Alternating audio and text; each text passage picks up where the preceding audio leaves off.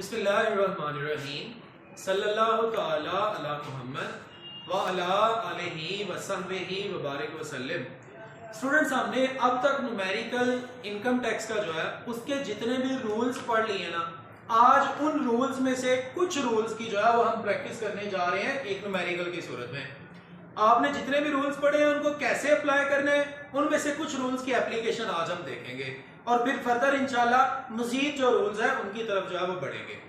ये एक छोटा सा न्यूमेरिकल आपके सामने जो है मैंने शेयर किया है।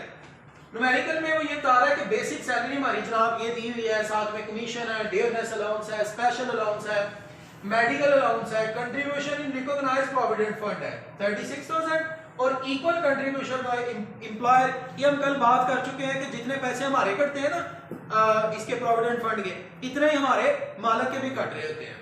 और उसके बाद सीलिंग रेंट है 50,000 if the accommodation facility is not provided.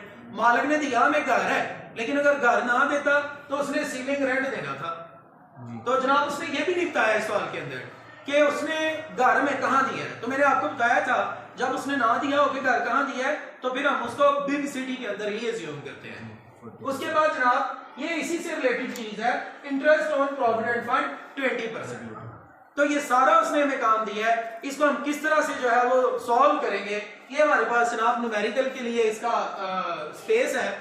आपने जब न्यूमेरिकल स्टार्ट करने हैं तो आपको मैंने डे फर्स्ट से बताया हुआ है, आप अच्छी अंडरस्टैंडिंग के लिए जरूरी है कि वन बाय वन तमाम लेक्चर्स जो है वो सुनते चले आए। फिर उसके बाद जब यहाँ पहुंचेंगे तो आपको बेहतर अंडरस्टैंडिंग होगी, अदरवाइज अंडरस्टैंडिंग नहीं होगी। तो जनाब हमने एक क्वेश्चन को जब स्टार्ट करना है तो प्रॉपर जो है वो हमने स्टार्ट करना है कहां से जनाब, हमने इसको स्टार्ट करना है इसके फॉर्मेट से। और इसका फॉर्मेट है NTTRC, name, tax year ended, residential status, computation of taxable income and tax payable. ये आपने प्रॉपर ऊपर लिखना है। लिखने के बाद आपने यहाँ पर हवाला देना है कि हम जो है वो कौन सी इनकम को पढ़ने जा रहे हैं, क्योंकि मैंने आपको बताया कि हमारी इनकम एक से ज्यादा तरह की होती है। हम सबसे पहले जिस इनकम को पढ़ रहे हैं वो है हमारी इनकम फ्रॉम सैलरी। तो जनाब इनकम फ्रॉम सैलरी जो है इसको हमने सबसे पहले स्टडी करना है सेक्शन 12। ये जनाब हमारे पास इनकम फ्रॉम सैलरी है। आपने ये प्रॉपर जब हवाला दे दिया, अब जनाब आपने अपना सवाल शुरू कर देना है ऊपर सारे न्यूमेरिकल का फॉर्मेट लिखने के बाद। सबसे पहले हमने लिखना होता है बेसिक सैलरी। बेसिक सैलरी के मुताबिक हमने पढ़ा है कि ये फुली टैक्सेबल होती है और वो कितनी है, वो जनाब है 30,000।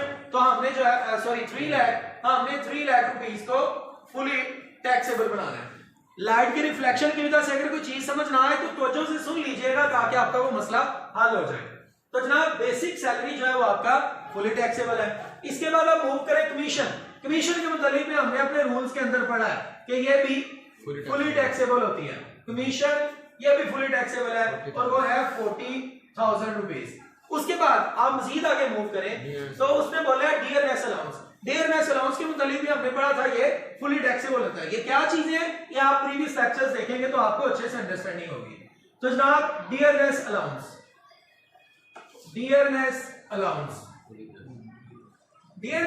जो है ये भी हमारा फुली टैक्सेबल है और वो कितना है 15,000। उसके बाद हम मजीद आगे देखें तो आपके पास है स्पेशल अलाउंस के मुताबिक हमने पढ़ा था ये टैक्सेबल नहीं है, तो इसको लिखेंगे स्पेशल अलाउंस। जो चीज टैक्सेबल नहीं होती उसको हमने यहां लिखना है और वो कितना है जी 10,000 और उसके नीचे एक लाइन भी लगा देनी है कि ये टैक्सेबल नहीं है। मजीद आगे मूव करें तो मेडिकल अलाउंस के मुताबिक हमने प्रॉपर ट्रीटमेंट पढ़ी हुई है। मेडिकल अलाउंस के मुताबिक हमने ट्रीटमेंट पढ़ी थी कि जितना भी आपका अलाउंस है वो सारे का सारा आप लिख दिया और इसमें से कितना 10% ऑफ बेसिक सैलरी वो आप माइनस कर लें। अब आपको रूल आता होगा तो ये समझ आएगा, वरना नहीं आएगा।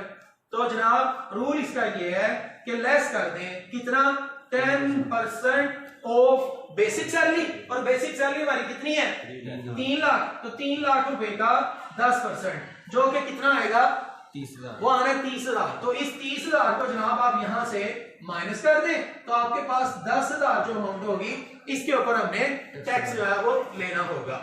उसके बाद आप मजीद आगे बढ़े तो ये contribution to recognised provident fund ये मैं बाद में करता हूं, पहले मैं इसको जरा देख लूं जी। Ceiling rent rupees 50,000 if accommodation facility is not provided. मालिक ने हमें अकोमोडेशन फैसिलिटी दी है, कैसे पता चला? क्योंकि उसने खुद बोला है if this facility is not provided, अगर वो आपको फैसिलिटी ना देता। अब क्योंकि उसने हमें फैसिलिटी दी है और घर दी है, उसने ये नहीं बताया किस शहर में, तो उसके लिए फिर हमने क्या अज्यूम करना है? बिग सिटी में। तो बिग सिटी में जब घर मिला होगा तो उसके लिए हमने क्या करना है? 45% जी, अकोमोडेशन फैसिलिटी। तो जनाब अकोमोडेशन फैसिलिटी उसने हमें दी है बड़े शहर में, और अकोमोडेशन फैसिलिटी जब बताई हो और साथ में ये भी बताया हो कि अगर मैं आपको अकोमोडेशन फैसिलिटी ना देता तो मैंने क्या देना था? Ceiling rent. उस सूरत में आपने क्या करना है जनाब? आपने लिखना है रेंट की अमाउंट। रेंट की अमाउंट कितनी है जनाब? रेंट की अमाउंट है आपकी 50,000। आपने लिख देना जनाब 50,000। फिर उसके बाद ये है जी सीलिंग रेंट। सीलिंग रेंट 50,000, और क्योंकि उसने हमें बड़े शहर में घर दिया हुआ है तो घर देने की सूरत में हमने बेसिक सैलरी का कितने परसेंट? 45% लेना है।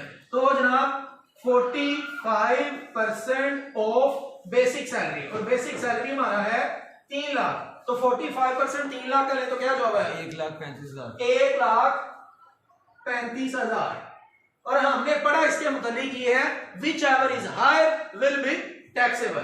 तो इसमें से हायर कौन सा है? 1,35,000। तो आप जनाब लिख सकते हैं ब्रैकेट में विच एवर इज हायर।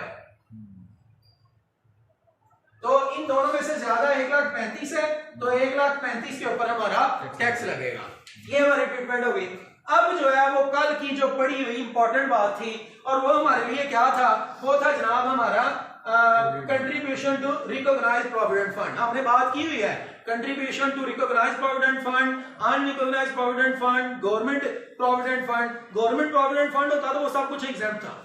ये रिकॉग्नाइज्ड प्रोविडेंट फंड है, इसके मुतालिक जो कल रूल लिखा था वो जरा रूल खोल लें ताकि आप जो है वो अपना कंट्रीब्यूट यहां पर कर सकें क्वेश्चन करते हुए। तो जनाब हमने करने जा रहे हैं contribution to recognised provident fund. Provident पहले लिख लेते हैं जी, recognised provident fund. Recognised provident fund, recognised provident fund, आपने ये हेडिंग दे ली। अब आप बताने जा रहे हैं इसमें इंप्लॉय का कंट्रीब्यूशन भी है और इंप्लॉयर का कंट्रीब्यूशन भी है। जो इंप्लॉय का कंट्रीब्यूशन है वो तो हमने पढ़ा हुआ है, क्या है वो? इंप्लॉय कंट्रीब्यूशन वो तो मुकम्मल तौर पे एग्जेम्प्ट होता है। क्यों? क्योंकि उसकी फुल सैलरी के ऊपर जो टैक्स लग रहा है तो उसकी सैलरी में से ही तो उसका कंट्रीब्यूशन होता है। तो जब उसकी सैलरी पे ऑलरेडी टैक्स लग गया है, इसलिए उसकी जो कंट्रीब्यूशन होगी एम्प्लॉय की, उसकी सैलरी में से जो पैसे कट के जो है वो प्रोविडेंट फंड में जाने हैं, उनके ऊपर टैक्स नहीं होगा। एम्प्लॉय प्रोविडेंट फंड जो है, एम्प्लॉय की जो कंट्रीब्यूशन है वो एग्जेम्प्ट है। और वो कितनी थी जनाब? कंट्रीब्यूशन टू प्रोविडेंट फंड वो है 36,000। तो 36,000 के ऊपर कोई टैक्स नहीं है। अब उसका आ गया एम्प्लॉयर की कंट्रीब्यूशन। एम्प्लॉयर आपका मालिक, एम्प्लॉयर कंट्रीब्यूशन। एम्प्लॉयर की कंट्रीब्यूशन जो है उसके लिए हमने क्या करना है? उसके लिए हमने रूल पढ़ा था। उसके लिए हमने ये रूल पढ़ा था कि आप जो है वो एम्प्लॉयर की कंट्रीब्यूशन जितनी भी है वो लिख ली जनाब। अब हमें क्या करना है? पहला कितने परसेंट? 10%। किसका? बेसिक सैलरी का। लेकिन यहां पर एक और बात आपको बताई थी कि बेसिक सैलरी से मुराद क्या हुआ करेगा? Basic salary plus dearness allowance. और ये सिर्फ किसके लिए? प्रोविडेंट फंड के लिए। प्रोविडेंट फंड की कैलकुलेशन में जहां पर लफ्ज बेसिक सैलरी यूज होना है वहां पर सैलरी से मुराद सैलरी और डियरनेस अलाउंस दोनों को प्लस करके है। तो जनाब हमने सैलरी और डियरनेस अलाउंस दोनों को प्लस किया तो आ गया 3,15,000। 3,15,000 इसका कितने परसेंट? 10%। क्या जवाब आया? 31,500। साथ में इसका दूसरा रूल क्या था? अगर 1.5 लाख से, और साथ में दूसरा रूल है 1.5 लाख और 1,50,000। तो जनाब अब हम देखेंगे इन दोनों में से लेस कौन सा, इन दोनों में से लेस ये है, तो इसको आपको यहां से माइनस करने की इजाजत है। हमने लेस करना था दिस वन और दिस वन, तो इसके साथ लिखना है whichever is less, whichever is less will be exempt जी, whichever is less will be exempt। इन दोनों में से लेस कौन सा है, बेसिक सैलरी का 10% या फिर 1.5 लाख, तो जनाब ये लेस है, तो इसको हमने यहां से माइनस करना है। तो माइनस किया तो जवाब क्या है, 4500, ये 4500 के ऊपर टैक्स लगेगा। और लास्ट चीज हमारी जो है वो है इंटरेस्ट, ये जनाब interest on provident fund, interest on provident fund. जनाब इंटरेस्ट ऑन प्रोविडेंट फंड जी, इंटरेस्ट ऑन प्रोविडेंट फंड जो है इसकी भी मैंने आपको कैलकुलेशन बताई थी। हमने इंटरेस्ट की अमाउंट लिख लेनी है, अमाउंट ऑफ इंटरेस्ट कितनी है हमारे पास, amount of interest I think मैंने मिसिंग की है, हाँ जी, अमाउंट ऑफ इंटरेस्ट जो है वो है 30,000। जनाब 30,000 इंटरेस्ट की अमाउंट है, हमने जो है वो 30,000 रुपया उसकी रकम लिखनी है, लिख लीजिए। फिर हमने क्या करना है, इसके लिए रूल है, रूल क्या था इसका, रूल ये था जनाब कि आप जो है वो क्या करेंगे जनाब, वो फार्मूला लगाएंगे, 1/3 ऑफ सैलरी लेंगे या फिर जो है वो आप फार्मूला लगाएंगे। तो आप 1/3 ऑफ सैलरी लें, पहला 1/3 ऑफ बेसिक सैलरी, और बेसिक सैलरी से मुराद यहाँ पर basic salary plus realise allowance दोनों ही है, तो दोनों को प्लस किया 3,15,000 का आपने ले लेना है 1/3। और दूसरा हमने क्या करना है, दूसरा हमने उसने जो फार्मूला दिया है वो फार्मूला क्या है, फार्मूला ये था अमाउंट ऑफ इंटरेस्ट। जनाब अमाउंट ऑफ इंटरेस्ट कितनी है, 30,000 multiply by given rate, given rate कितना है, मल्टीप्लाई बाय गिवन रेट है या कि डिवाइडेड बाय गिवन रेट,